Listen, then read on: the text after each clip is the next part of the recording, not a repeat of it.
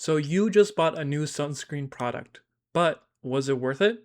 In this video, I'll be going through 4 different topics to determine whether your new sunscreen product was worth your money and future investment towards your skin goals. Topic 1, irritation. So I'm going to need you to use your new sunscreen for at least a week or two. This way you can see if that new sunscreen bottle gives you any irritation on your skin, and irritation can include from redness to like full-on acne. If you realize that you're getting way more redness and or acne or anything in between when you started this new sunscreen, then the sunscreen is the problem. Now, I will mention that most of the time when it comes to irritation in sunscreen, it's because you're using more of a chemical-based sunscreen.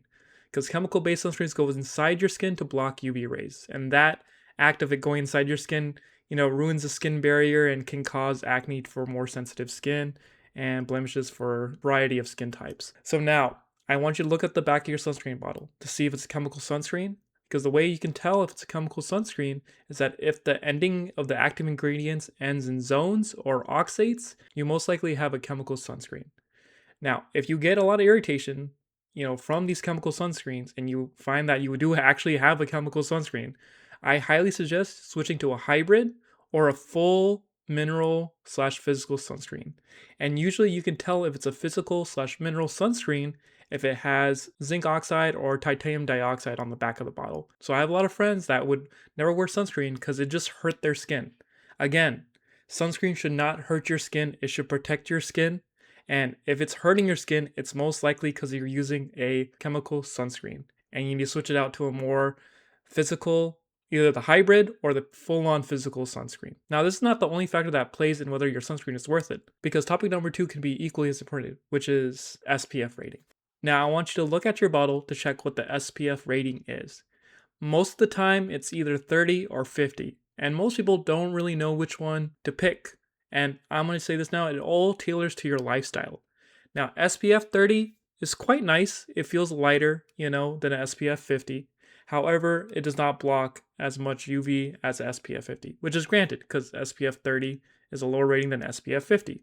However, if you're just doing anything light during midday, like let's say you're just running a quick errand, you're going on like a small walk, you're trying to stay out of the sun but still be outside, SPF 30 is totally fine.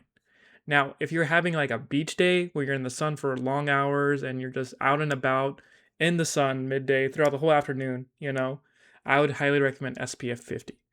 Now, I recommend actually buying 2 sunscreens, a 30 and a 50. 30 for those light days and 50 for those heavy sun days where you're out and about having fun.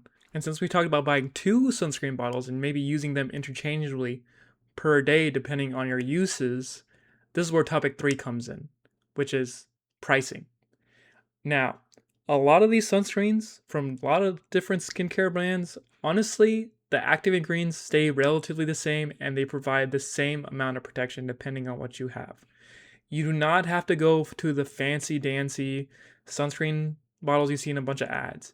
As long as it has the correct active ingredients for your skin type, whether if it's a chemical or a physical, whatever makes your skin not irritated, and then whatever SPF rating is good for you, just go with the cheapest option. Not the cheapest option, but like go with the option that seems right. You don't have to go for the most expensive brand thinking it'll give you more protection. Because honestly, any mid-level or low-level brand, anything, like for example, I use Australian Gold. They're quite cheap for what the bottle is. I have a link down below. But yeah, I did not buy like a $40 sunscreen bottle just to make myself feel better. You don't need that $40, $50 sunscreen bottle. Like, oh my God, I have this. Because once it's on your skin, no one can tell. It's just sunscreen, man. You don't have to, buy the crazy, Gucci sunscreen. I don't think they have Gucci sunscreen, but you know what I'm trying to say?